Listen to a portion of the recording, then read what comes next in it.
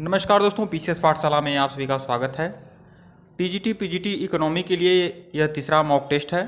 यह जो भी मॉक टेस्ट है बहुत ही महत्वपूर्ण है पीजीटी इकोनॉमी के लिए, साथ ही साथ टीजीटी एसएसटी के लिए जिनका भी इकोनॉमी सब्जेक्ट है।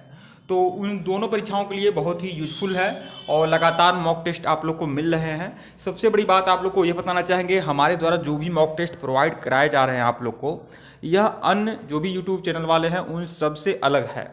यह जो भी मॉक टेस्ट है यह एनसीईआरटी बेस्ड मॉक टेस्ट है और लगातार अगर इस मॉक टेस्ट को फॉलो करते रहेंगे आप तो परीक्षा में आप अच्छा प्रदर्शन करेंगे। एक बात और कहना चाहूँगा आप सभी लोगों से कि टीजीटी पीजीटी की अच्छी खासी भर्ती आई हुई है। हर सब्जेक्ट के लिए पीजीटी का वैकेंसी आया हुआ है और इसी तरह से टीजीटी में भी आया हुआ है। अगर आप लोग को टीजीटी पीजीटी का किसी भी विषय का संपूर्ण मटेरियल चाहिए तो आप हमारे व्हाट्सएप पर संपर्क कर सकते हैं। व्हाट्सएप नंबर आपको स्क्रीन पर दिखा भी रहा है, साथ ही साथ डिस्क्रिप्शन में भी है।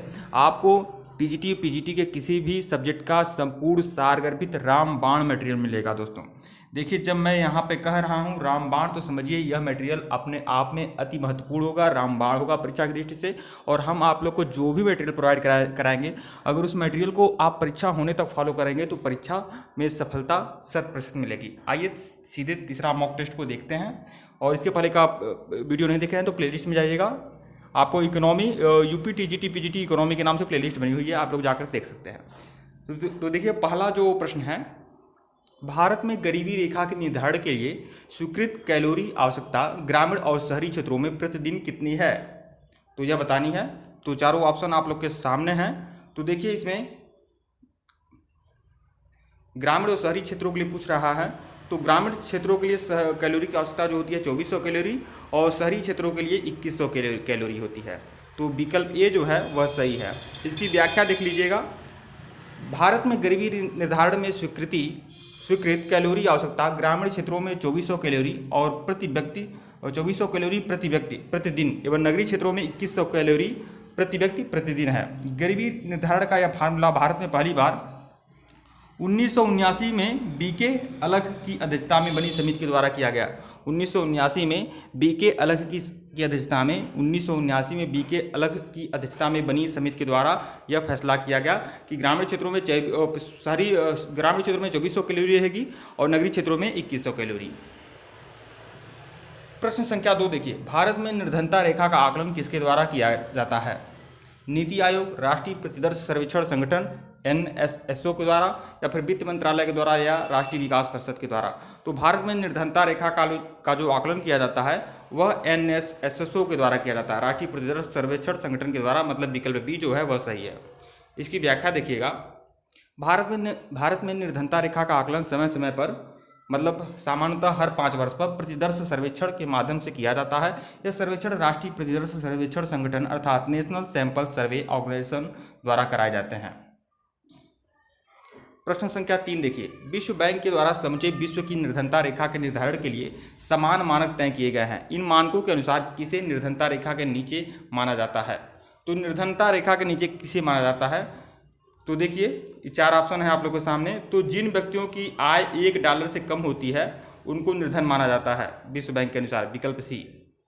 जिनका आय जो होता है $1 से प्रतिदिन कम होता है उनको निर्धन माना जाता है, विकल्प सी। इसकी व्याख्या देखिएगा। विश्व बैंक के द्वारा समूचे विश्व की निर्धनता रेखा के निर्धारण के लिए समान मानक तय किए गए हैं। इन मानकों के अनुसार जिन व्यक्तियों की आय $1 प्रतिदिन से कम है उन्हें निर्धनता रेखा के नीचे माना जाता है। प्रश्न संख्या 4 देखिएगा। नीचे दिए गए भारत के विभिन्न सामाजिक समूहों एवं आर्थिक समूहों में सबसे अधिक निर्धनता अनुपात किसमें पाया जाता है? तो सबसे अधिक निर्धनता अनुपात किसमें पाया जाता है? तो 4 ऑप्शन दिए गए हैं। तो अनुसूचित जनजाति में सबसे ज़्यादा निर्धनता पाया जाता है, मतलब विकल्प ए जो है वह सही है। अनुसूचित जनजाति में, अनुसूचित जनजाति सामाजिक समूह में सबसे ज़्यादा निर्धनता पाया जाता है भारत में, विकल्प ए। इसकी व्याख्या देखिएगा। निर्धनता रेखा से नीचे के लोगों का अनुपात भी भारत में सभी सामाजिक समूहों और आर्थिक वर्गों में एक समान नहीं है। अनुसूचित जनजाति में 100 में से 51 लोग अपनी आवश्यकताओं को पूरा करने में असमर्थ हैं। इसी तरह नगरीय क्षेत्रों में 50% अनियमित मजदूर निर्धनता रेखा के नीचे हैं। प्रश्न संख्या 5 देखिएगा।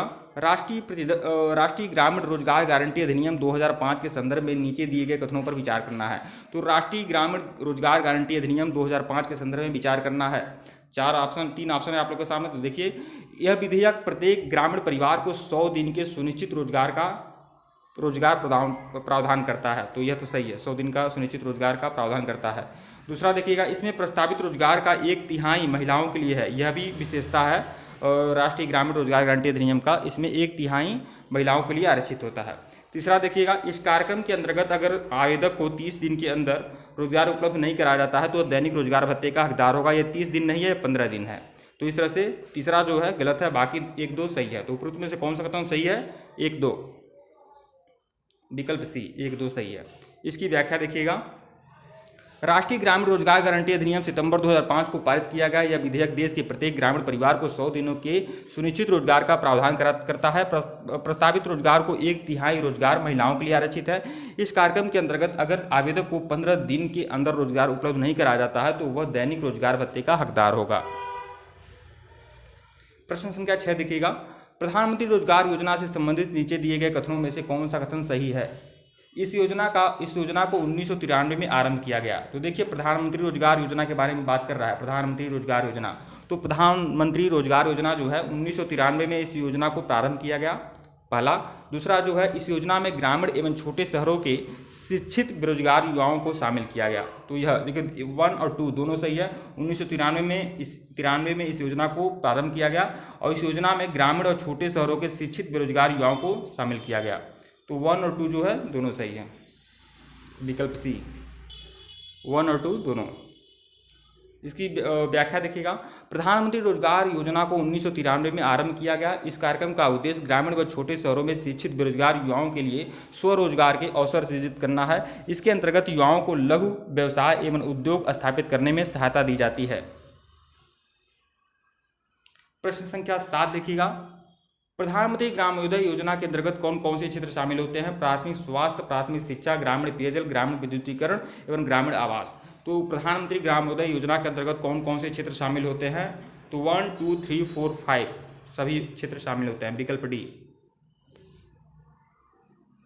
इसकी व्याख्या देखिए, प्रधानमंत्री ग्रामोदय योजना के अंतर्गत प्राथमिक स्वास्थ्य, शिक्षा, ग्रामीण आवास, ग्रामीण पेयजल, ग्रामीण विद्युतीकरण जैसी मूलभूत सुविधाओं के लिए राज्यों की अतिरिक्त केंद्रीय सहायता प्रदान की जाती है।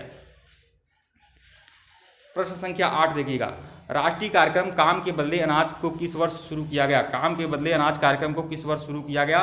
तो सन 2004 में। काम के बदले अनाज कार्यक्रम को किस वर्ष शुरू किया गया? सन 2004 में।